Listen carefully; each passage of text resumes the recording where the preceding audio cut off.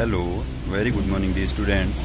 Class 8 में हमारा दूसरा टॉपिक रनिंग पे है, माइक्रो ऑर्गेनिज्म फ्रेंड्स एंड फो। उसमें अपन ने पिछले चैप्टर में यहाँ तक पढ़ लिया था। आज a table some common plant disease caused by microorganism. कुछ ऐसे सामान्य प्लांट डिजीज है। पहले अपन ने पढ़े थे ह्यूमन डिजीज, अब कुछ प्लांट डिजीज भी है जो माइक्रो ऑर्गेनिज्म से प्लांट को भी डिजीज होते हैं। पहला देखो, प्लांट डिजीज का नाम है सिट्रस कैंसर। ये होता है बैक्टीरिया की वजह से। किसके? और ये मोड ऑफ ट्रांसमिशन यानी किसके द्वारा फैलता है? एयर के द्वारा, हवा के द्वारा। फिर अगला है रस्ट ऑफ व्हीट। ये होता है फंजाई की वजह से और इसका मोड ऑफ ट्रांसमिशन है एयर और शीड्स। फिर है येलो वैन मोजैक ऑफ भिंडी।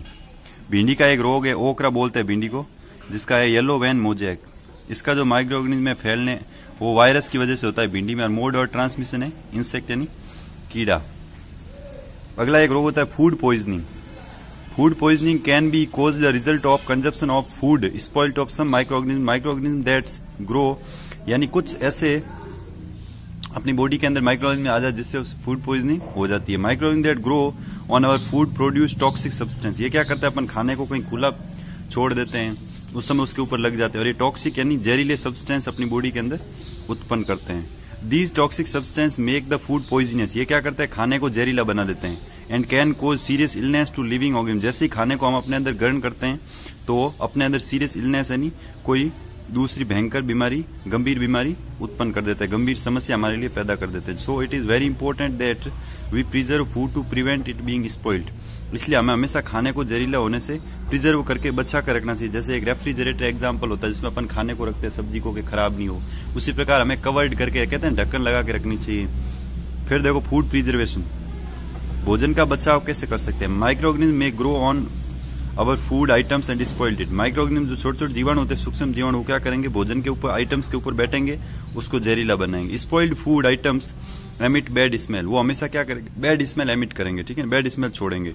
बैड टेस्ट देंगे, चेंज, और फूड अपना जो भोजन होगा उसका कलर भी क्या हो जाएगा, चेंज, यानी टेस्ट भी चेंज, स्मेल भी चेंज और कलर भी change. How do we preserve cooked food at home. हम हमारे घर पे प्रिजर्व फूड यानी भोजन को कैसे सुरक्षित रख सकते हैं।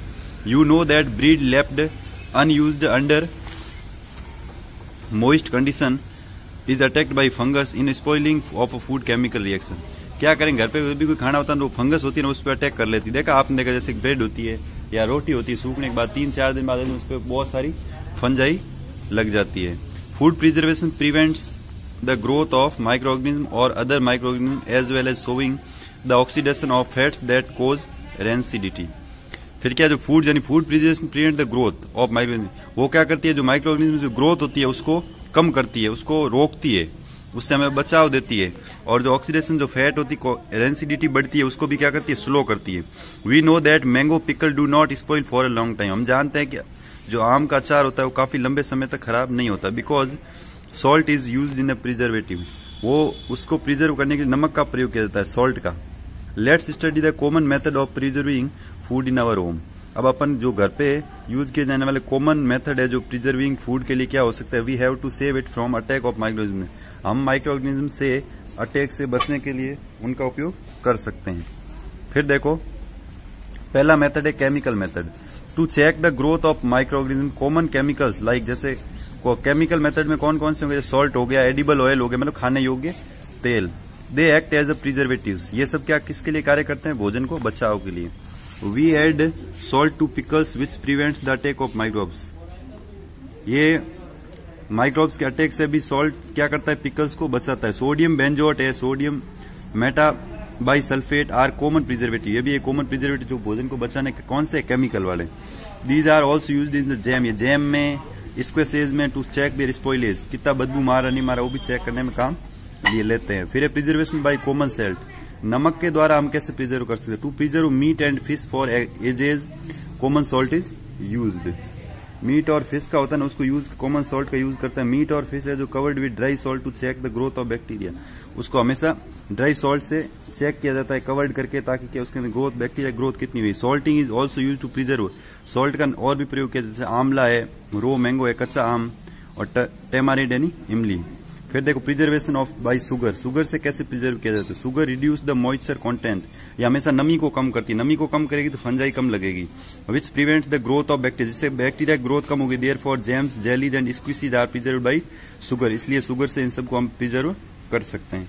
फिर प्रिजर्व बाय ऑयल और विनेगर, विनेगर बोलते हैं सिरके को। Use of oil and vinegar averts spoilage of pickles, अचार को बचाने के लिए bacteria can't live such kind of environment, जब उसके ऊपर हम खाने के ऊपर ऑयल या विनेगर डाल देंगे तो बैक्टीरिया उसके ऊपर ऐसे क्लाइमेट के ऊपर, ऐसे एनवायरनमेंट के ऊपर नहीं बैठते हैं। जिससे वेजिटेबल है, फ्रूट है, फिश है, मीट है, इस सबको ओपन प्रिजर्व ओपन रख के भी इससे, मतलब इसको अक्सर, ओपन नहीं अक्सर होता सॉरी, अक्सर इस मेथड से हम इसको प्रिजर्व करते हैं।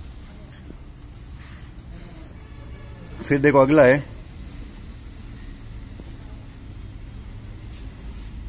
अगला देखो heat and cold treatment. Heat and cold treatment जैसे रेफ्रिजरेटर का सबसे बेस्ट एग्जांपल है रेफ्रिजरेटर, ठीक है ना, फ्रिज।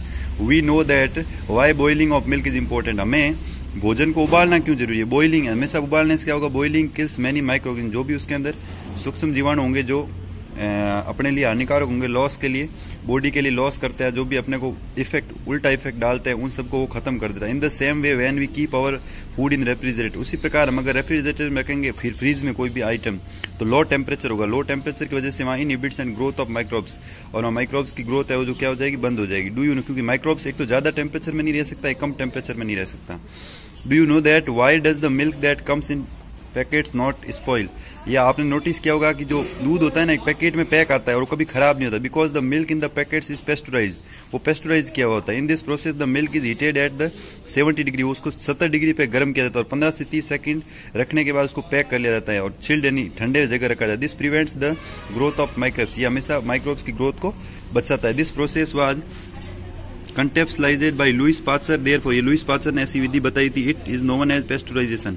फिर स्टोरेज एंड पैकिंग, पैकिंग का तो आपने एग्जांपल देखा होगा, जैसे आपको हैंडलूम्स वगैरह में वो प्लास्टिक के डब्बे पैक में, these days dry fruits and even vegetables are sold in sealed air tight packets to prevent an attack of microbes, उसको प्लास्टिक की थैलियों में पैक करके वहां रख दिया जाता है। आज के लिए बस इतना ही।